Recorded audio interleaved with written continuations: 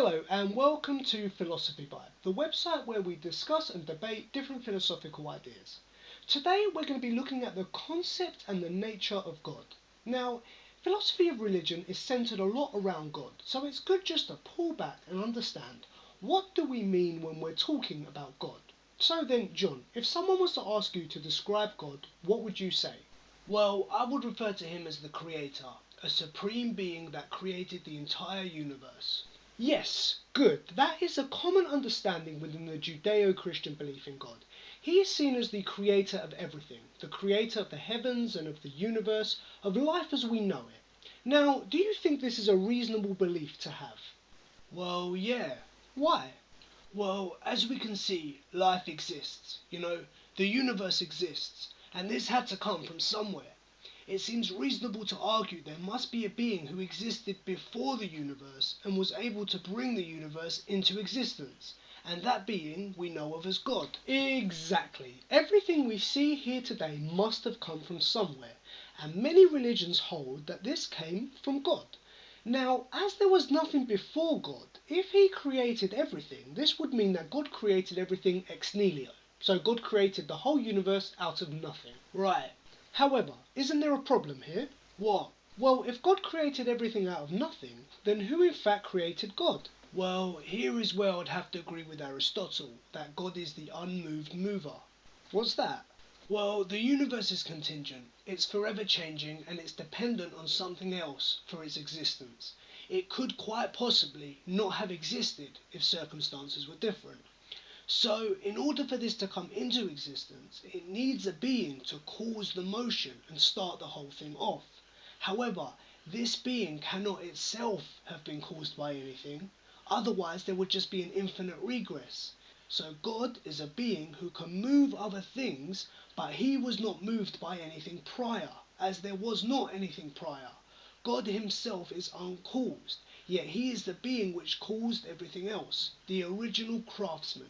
He built everything and nothing built him. Okay, I understand. And from there, is it right to agree that as he created everything, created the motion, all the laws of nature that govern the universe, he is actually all-powerful, he is omnipotent. He is not himself bound by any natural laws, as he is the one who creates these laws. Yes, exactly.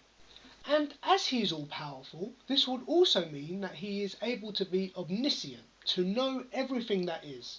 Yes. And it would allow him to be omnipresent. God can be absolutely everywhere all the time. Correct. This is the common Judeo Christian understanding of God, the creator of everything, an unmoved mover who is an all-powerful being. Is it then fair to argue that, as God is the creator of everything, he is therefore responsible for everything that happens? Well, you could say that all the laws of nature and how our planet functions, he is responsible for, as he set these laws in motion. However, when it comes to human choices, many argue that God gave humans free will, the ability to choose their own actions. This would therefore make us responsible for our own actions, not God. And we could not expect God to intervene, as this would contradict free will. Very interesting point. Let's then look at God and morality for a second. The Bible claims that God is benevolent, so he is all-loving. He wants people to act in the best way and he wants people to be happy. And because God knows everything, he therefore knows what it means to be morally perfect. Yes, so because of this, God becomes the source of human ethics. He can tell us what is right and what is wrong. Because he is all-powerful and all-knowing, he knows the perfect way to behave. And because of this, he becomes the lawgiver. He gives humans the code to live by. He tells us how we should act. We then derive our morals from God, who is the supremely perfect being. Okay, that makes sense. However, does the Euthyphro Dilemma not create complications for this belief? What's that? The Euthyphro Dilemma simply asks, is what is morally good commanded by God because it's morally good? Or is it morally good because it's commanded by God? Why is that a dilemma? Well, let's take the first half. Let's say morally good is commanded by God because it's morally good. That would mean there's a higher source that has determined what morally good is, and God just knows what this is and is trying to get humans to act that way. It's almost as though morality existed prior to God. It's above God, and something that God himself discovered.